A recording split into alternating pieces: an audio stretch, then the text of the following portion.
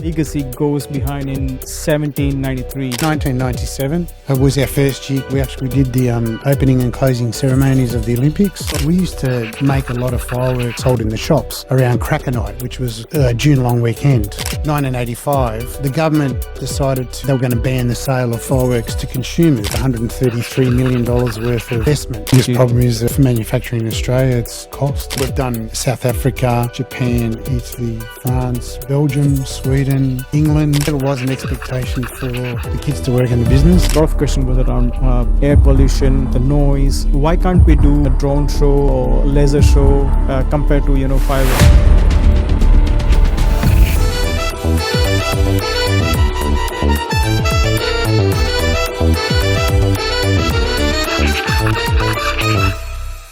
Hello, everyone. So, what a fantastic way to start the new year with our first podcast on the entrepreneur series. And every country in the world has, variety of ways to celebrate the new year. The most common way is illuminating the sky, which typically we call the fireworks. And we are in the country fortunate enough to have a world's most beautiful firework in Sydney. And we have the guest, none other than the creative mind behind those Sydney fireworks, which you see every year, Tino Foti. Tino, welcome. Thanks very much for having me. Yeah, how are you doing? Pretty good, actually. We had a good start to the year, good finish to last year. So we're looking forward to this coming year and everything that lies ahead of us. Yeah. How's your day today? Oh, look, we're pretty busy at the moment. We've got a little bit on and just came out of Australia Day and we're doing the cricket season as well. Okay. So, we've got the T20s and coming up and some of the test matches that we just did. So, yeah. And then rolls into the rugby league season and AFL season. So, yeah, we're back into the swing of things already. Alrighty. So I think a lot of people don't know, people knows about, last 5-10 years of Sydney fireworks, NYE fireworks. And, they know Forte family has, this large business empire, does this firework. But I understand the legacy goes behind in 1793 when your great grandparents started the Forte fireworks in Italy. That's correct. And migrated here.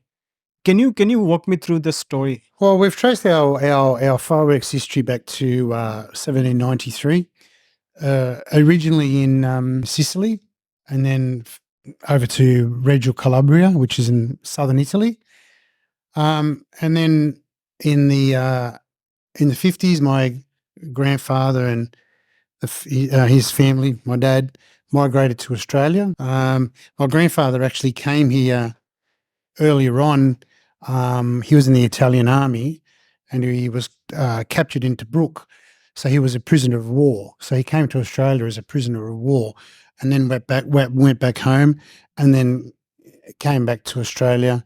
When he came out, he originally started working for various places and then worked in the explosives area for the railways and then started working at a fireworks factory out in Menangle Park, which is very southwestern area of Sydney, past Campbelltown, which was a long way back then. And in the late 60s, they my dad and my grandfather eventually bought the business, and we've been operating like that in Australia since. I'm at the moment we're at the 8th generation in the business because my kids are now working in the business as well. I'm 7th generation, but I'd be 3rd generation in Australia now. Was it a bit of a journey to convince the kids or the new generation to hold on to the same business? Not really. It was never an expectation that they came into the business. I've got my daughter works in the business. My son works in the business. My other son works part-time in the business. My brother, he's in the business as well. He does all our design work for the shows and all the choreography. Mm-hmm. He's got 2 kids that work full-time in the business, and also his other daughter works in the business part-time. Wow. My uncle's still in the business as well. His son works in the business. I've got another brother He works in the business. His daughter works in the business part-time as well. So, yeah, I think all up, we've worked out there's maybe 14 family members, I think it was. 14 family members? 14 family members that works in the business. Wow. Yeah. So, it's still going, but it's never was an expectation for the kids to work in the business. But, that's where we're at. 14 family members in a single corporate business. How does it feel like to manage, expectations, the creative differences? Because, if you are, I can understand if you are, working in a real corporate, you have, different designations. People are doing their job. You have a boss who can who can define the vision. In this case, you are 40 members. So how are you managing if there is any creative difference between the members? Well, I think we all have different strengths about what we do things. I have particular strength. My brother's strength is Fortunato. His strength's in, doing all the design work and the choreography.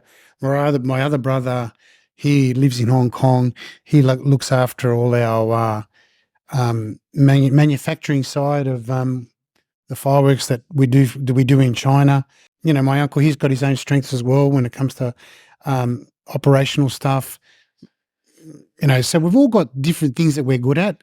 But I think because we're in a family business, we've all got the same goal to get to what we want to do.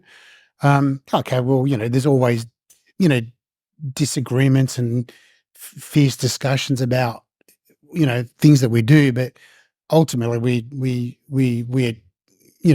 reach a consensus about a direction that we want to take. It has its challenges, but I think for as a family business, when you're all sort of striving to achieve something, it makes it a little bit easier. Mm-hmm.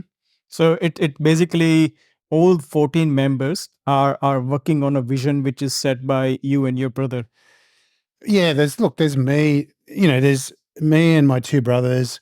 My dad, even though he's retired, he still has important ideas. How old he is?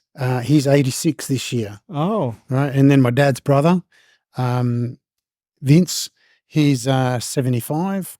His son works in the business. So between all the senior members, the older members of the family, like we sort of, we move forward like that. The younger ones, well, they're still learning, and they've got ideas that they communicate with us about. But for them, they like to also sit back and just learn and watch as well. Yeah, about how things go. But we learn from them too, because they're younger and they have different visions and different views on how things are seen today, as opposed to old people.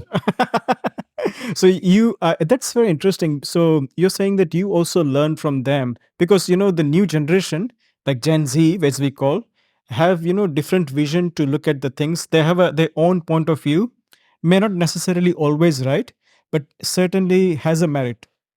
Yeah, look, I think I agree. I mean, just because they've got a vision doesn't mean it's not a good one, or there's not not a good one. Something in it that's not usable. I think anyone's opinion is always should always be listened to. Mm-hmm. Whether you agree with it or whether you want to take it on board, it's entirely up to you. But I don't think you should ever discount something. Yeah. You just make a judgment on what you feel. With sometimes you use between your head and your heart or in your gut, you make a decision that way. But I think younger ones sometimes have a different thought process to how things should be approached. A little bit more modern sometimes. Yeah. I don't think those sort of things should be discounted. Yeah, absolutely. So the journey, which is starting in Australia, I believe in 1997, you have co-hosted for the first time at the Sydney NYE Fireworks. Yeah, it was 1997. It was our first year when we did it as a co-host, and then from for New Year's Eve 2000 onwards, yeah, we've been doing that on our own since. So the year 2000 was a good year for us. I mean, we did the opening and closing ceremonies of the Olympics. Yeah, at the stadium. And then 6 months later, we did on our own. We did Sydney New Year's Eve, and been there ever since. How how was it experience to, two major occasions on your plate? One, opening for the Sydney Olympics, which is the grand canvas on global world, Yep. right? And 6 months after, second thing is that was the welcoming of 21st century as well. Yeah, look, it was to have two major events like that in 1 year is very, very well. That many major events in 1 year is very rare. So, it's obviously threw up some challenges because of all the size and scope of what was going to be ahead of us. But when you look back now, I mean, it's every year you learn from things you do, and we learnt that year from things we did in years previously when we went to fireworks competitions around the world when we'd won first prize in 3 or 4 competitions. When was this? We won a couple of competitions in Sweden. Mhm. So we learn a lot of stuff in that time, and you use those things to sort of help you guide you through everything else that comes along.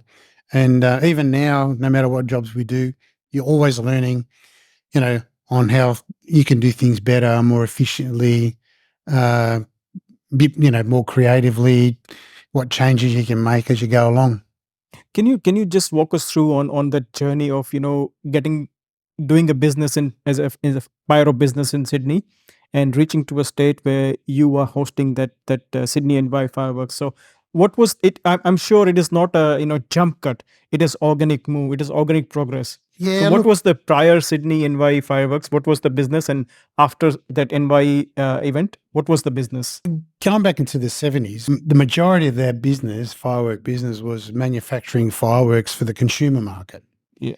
So we used to make a lot of fireworks for fireworks were sold in the shops around Cracker Night, which was the June long weekend. There was a cracker night. Yeah, up until 1985, but Okay. I'll get to that in a minute. So we used to make skyrockets and sparklers and Catherine wheels. So we used to sell a lot of fireworks, and then when it came to 1985, the government decided to they were going to ban the sale of fireworks to consumers. So at that stage, we used to do fireworks displays, but not a significant amount. Our business wasn't reliant on that side of fireworks business. So It was more retail heavy. Yeah, retail heavy. So after the fireworks got banned, but then we had to shift the focus of our business to focus more on fireworks displays. So after 1985, we had to shift the focus of our business to do fireworks displays. However, we sort of had to play catch up because we weren't a major player in that market at the time. So, over the next 5-10 years, we've gradually built up our profile in fireworks display side of things. And one of the ways we achieved that too was going to our first firework competition in Stockholm in Sweden. So we went over there and did the firework competition. In 85? No, this was in 1993. Okay. And then we won that competition. And from there, we got invited to other competitions and we performed well. We won a few, we came second in a few others. And by that, we raised our profile.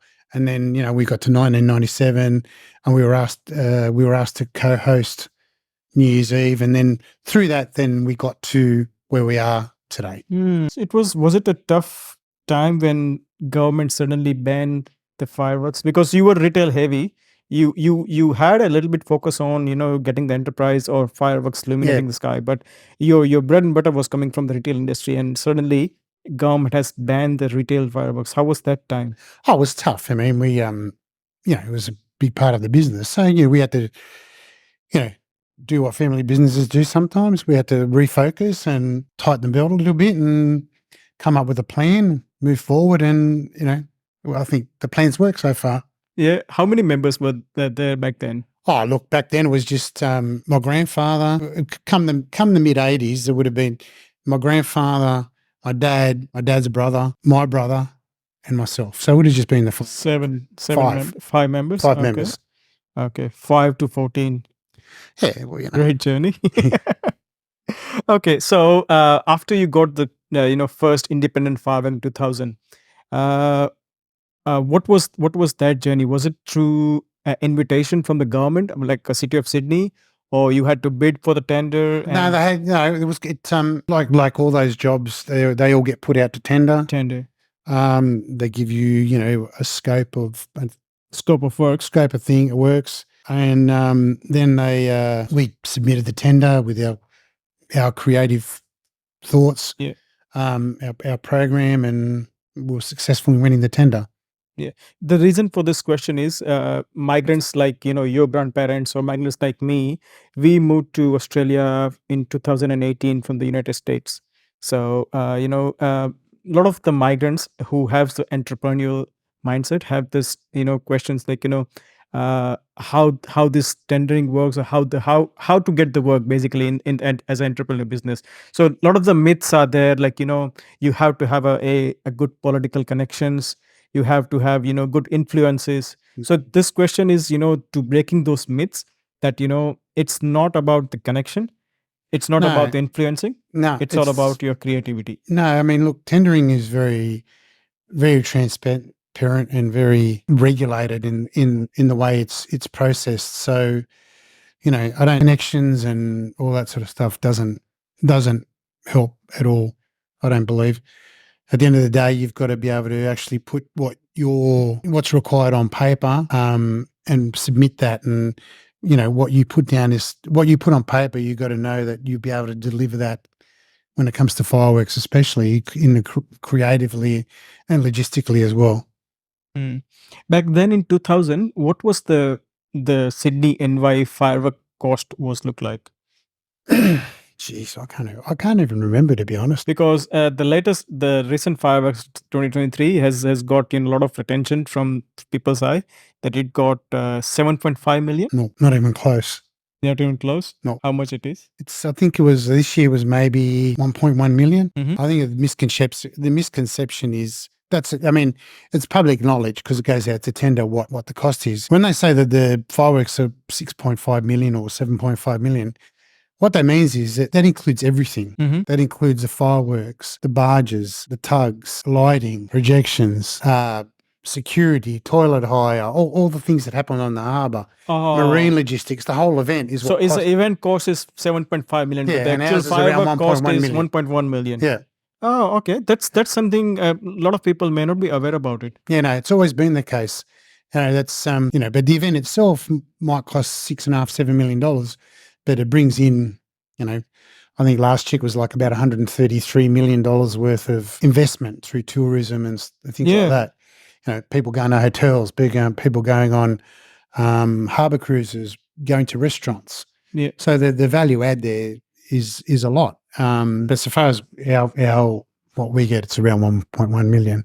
And so with this, with the since last couple of years, a lot of the buzz is all about the carbon footprints of a country, and that also caught a lot of eyes when Sydney's latest fireworks. That a lot of question was around air pollution, the noise. I remember Sylvie Enmore. I think she's a Green deputy mayor. Mhm. She mentioned in the parliament in the record that she has received some emails that people are complaining about the noise, or the environmental activists are worried about the air pollution, air quality. But then the opposite argument was that the carbon footprint, not only for Australia but even the fireworks, are quite minimal. What's your take on those? I've got we've done some stats on it, but we as a company actually run a carbon neutral program. So we offset all our emissions anyway. Mhm. So when we do fireworks displays, not only Sydney New Year's Eve, essentially we are carbon neutral. The one of the argument that why can't we do a drone show or laser show compared to fireworks, because the reason was the fireworks last for 12-15 minutes, whereas if you have a laser show with the synchronized music and everything, it can be for half an hour. Well, they already do that for Vivid, and look, laser shows are great, drone shows are great. They're all different forms of entertainment, like multimedia entertainment. Yeah. So I think the city of Sydney, I think, did some studies on how much it would cost to do a laser show that would cover that sort of area. Large canvas, yeah. Yeah, right. And I can't remember what the figure was, but could have been well over $5 or $6 million or something like that. Wow. It was a lot of money. But I think when you look at fireworks, and you look at the scope and the distance of what Sydney New Year's Eve is, you go from out near Hunters Hill, Cockatoo Island, out towards Rose Bay. It's a big distance. It's a big distance. You got maybe 1.5 million people watching. So, when you look at how many people you can entertain for what it costs, yeah, it's a very cheap form of entertainment. To do the same, cover that same area with lasers and lights, it would be probably more costly and quite difficult. One of the counter argument to this, the air pollution and noise and the drone show was from the Liberal councillor Shona that fireworks cannot be replaced with anything because fireworks stimulate all the senses. If you compare to laser or drone, it doesn't stimulate your all senses. Where fireworks is gives you a vibe and it stimulates your all five senses I of agree. human body. I 100% agree. I mean, like I said, they're different forms of entertainment. So I don't mind watching drone shows, but fireworks bring out everything. The noise, the color, the it gives a larger than life spirit on sky. It feels like you own the sky. And to be honest, you can watch them no matter where you watch them from, top, bottom, either side. They all look the same no matter what. Yeah, because they're three-dimensional. It got spectacular view. Yeah, always. Doesn't matter from where. Yeah. So because when a firework bursts, it bursts round. So no matter where you look at it, it's going to look the same. You'll get the same experience. Yeah. All right. So what exactly in terms of technological advancements or technology, what actually goes into, if you can just walk us through, what actually digital synchronized fireworks illuminating the sky, what technology involved, what software are you using? What is the technological landscape around the fireworks? When I started doing this, we used to light everything by hand. Back in the day. Yeah. But as time progressed, electronic ignition became more prevalent. So in the early days, what would happen when you did a pyro musical, you would fire it by pressing a button, and that would trigger that firework. So you could have, 500 buttons, and you'd listen to the thing and go, shot 1 in 5 seconds, and then you'd hear a beep and you'd press that, and shot 2, 3 seconds, and then press that, and then press, and that's how you would do it. Come the 90s, computer technology became more accessible, and now now you program everything with a computer, and you can fire things down to hundredths of a second. Hence why when you look at the bridge, you can do these quick chase sequences back and forth. And that's a technology that allows you to do a lot of different things now as opposed to previously. So previously you babysit each and every device, you press button and it goes into the sky. Because what happens is each fireworks has got an electronic match head, which is basically like a match, but it's triggered by a current. Mm-hmm.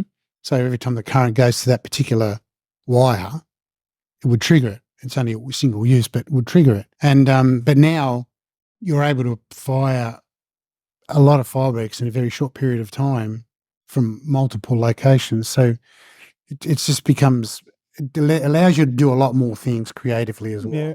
So you actually program the entire fireworks that 5, 10 or 15 minutes event. You can actually program on computer. Yep. It's all programmed on computer.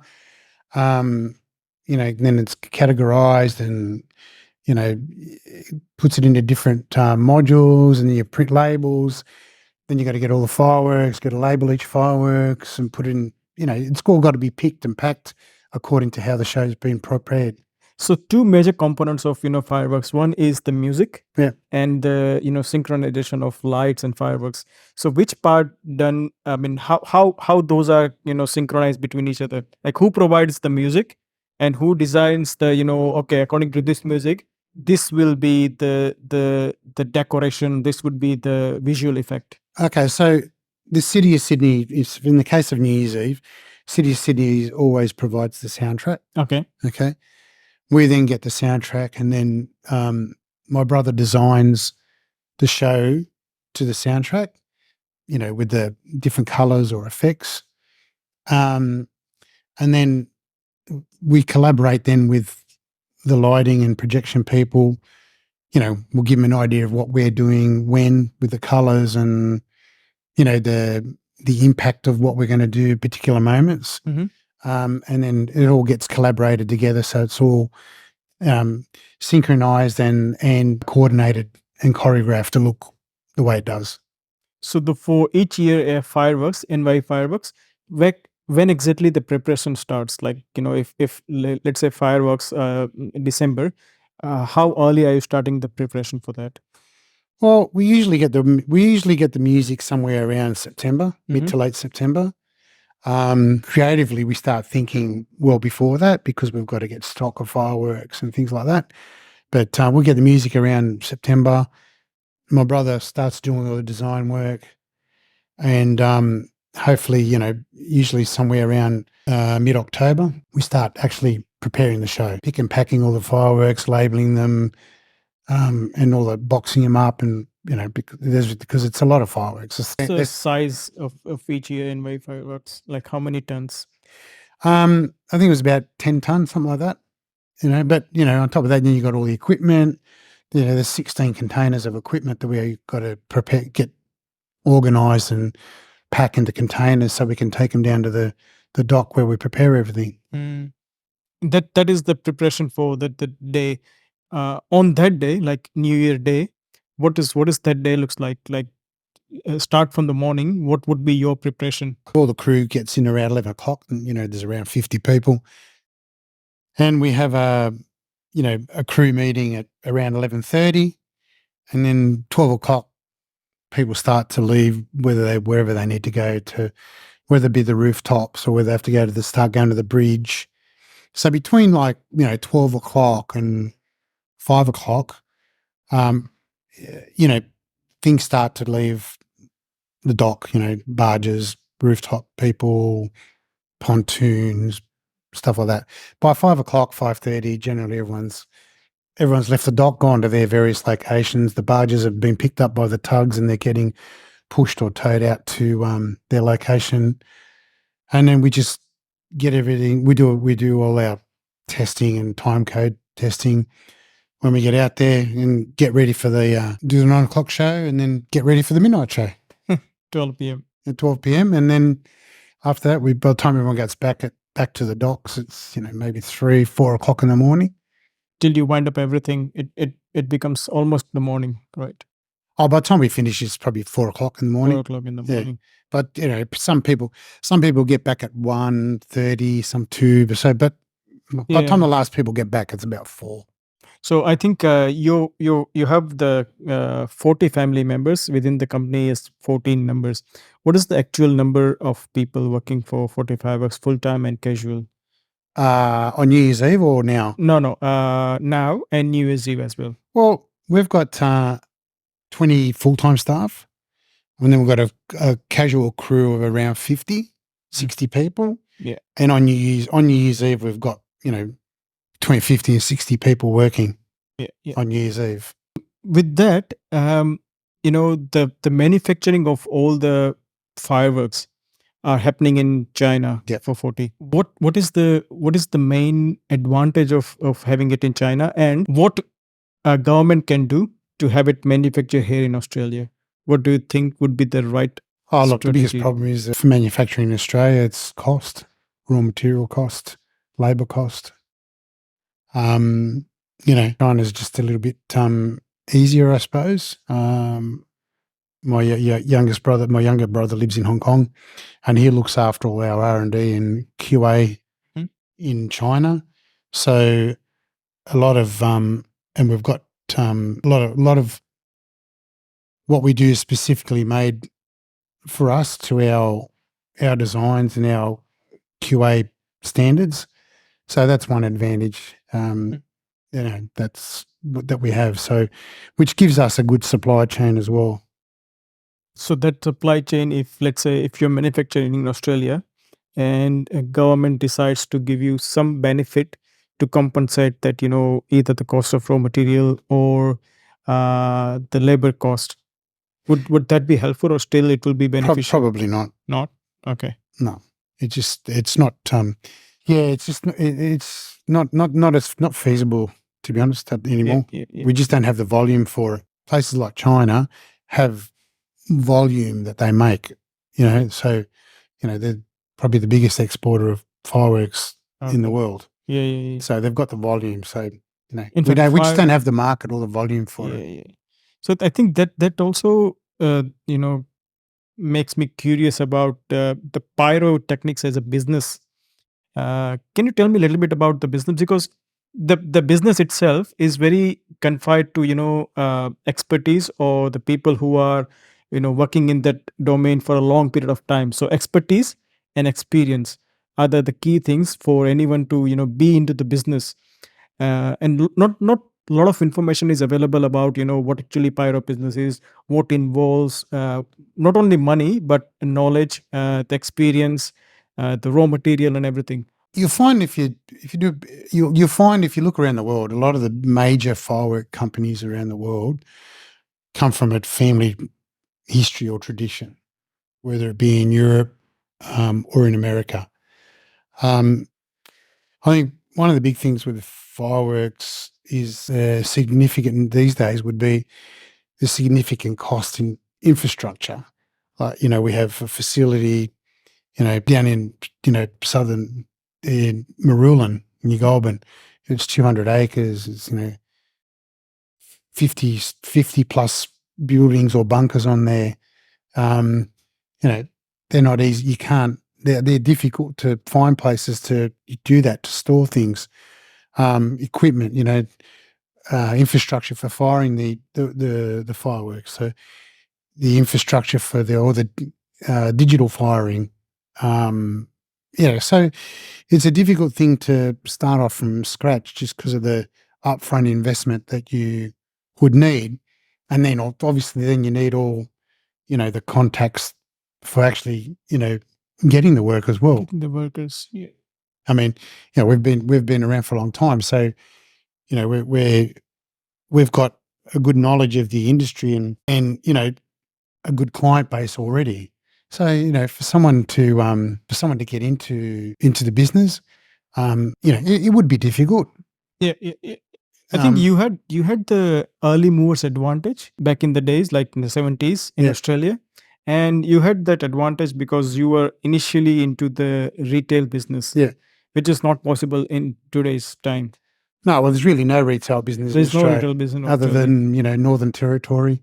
They can sell fireworks for 2 days a year or something, but that's it. So other than that, there's nowhere else. They can only sell fireworks for 2 days a year. And that's it. There's nowhere else in Australia you can do it anymore. So does it ever worries you that Australia as a country has a lot of the barriers, like small population, small economy, less spending power compared to other developed countries like UK, US, Canada. It's very tough to get business loan from the banks, institutions, because a lot of the financial laws are quite tough in Australia, specifically to do business and getting the business loan, and of course the tax brackets. So what's your take on how are you juggling with all these barriers and still thriving? I think like any business, you just you got to crawl before you walk, and I think one of the big thing is never live beyond your means in business, because it's not gonna you won't succeed. You can't expect to go from 0 to 100 overnight. You just got to. It's a little bit at a time, like anything, really. But I think you just got to be able to just keep plugging away at trying to build a business. And there's going to be some setbacks along the way, like anything, like any business. Yeah.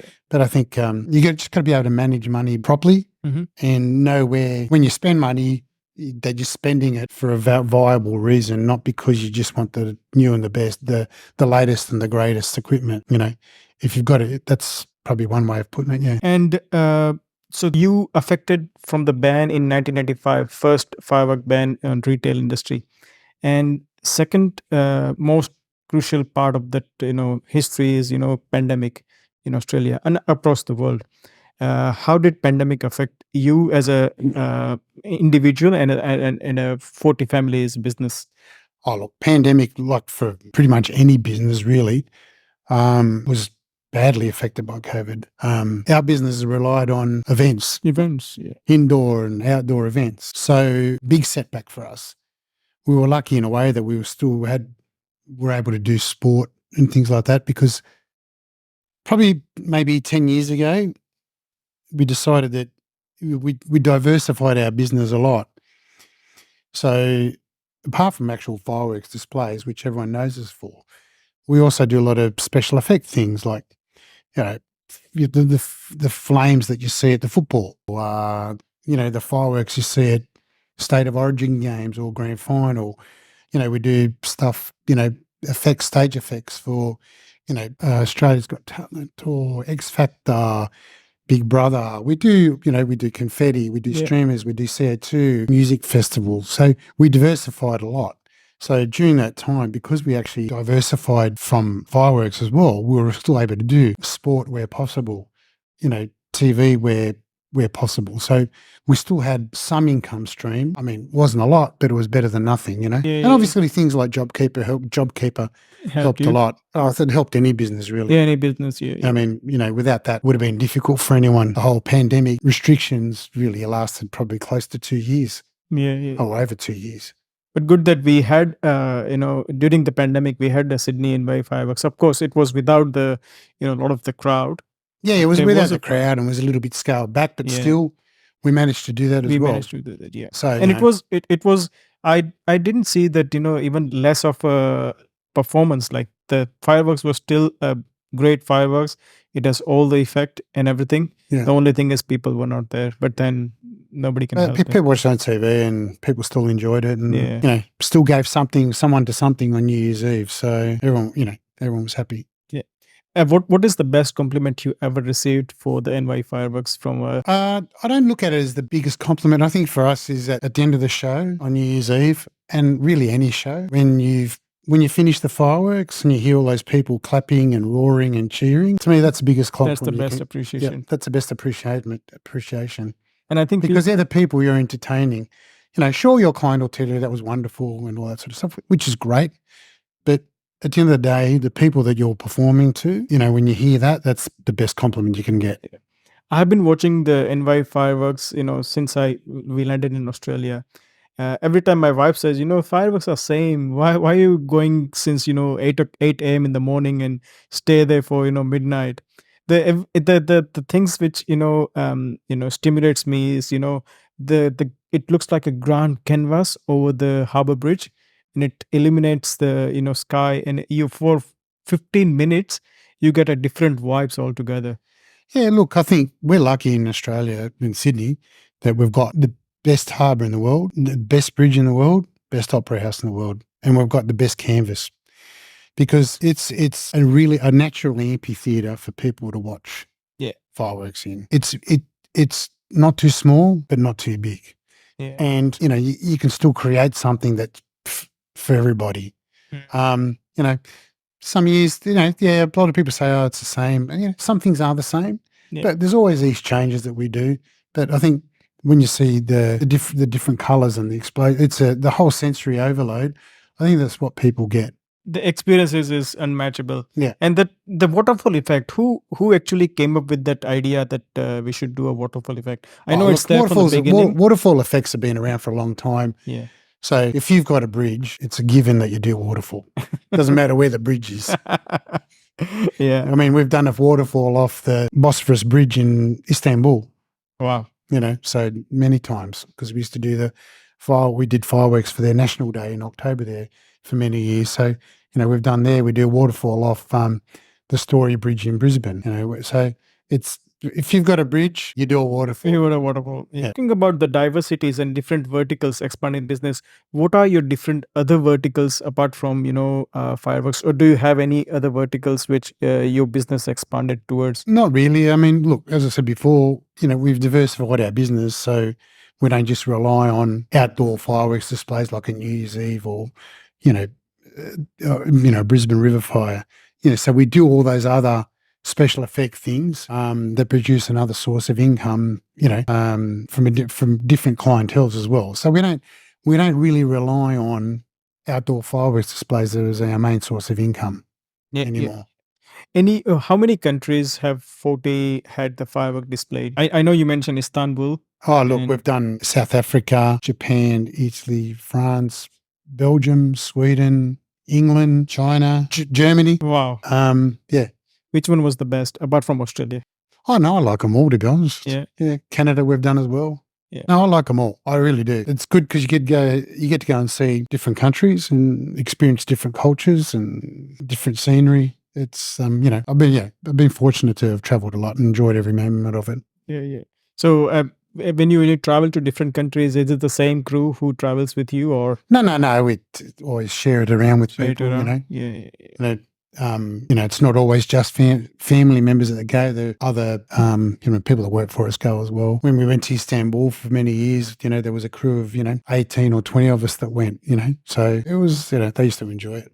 Thanks a lot, Tino. No problem at all. And it was a fantastic catching up with you and knowing your journey from Sicily to Sydney.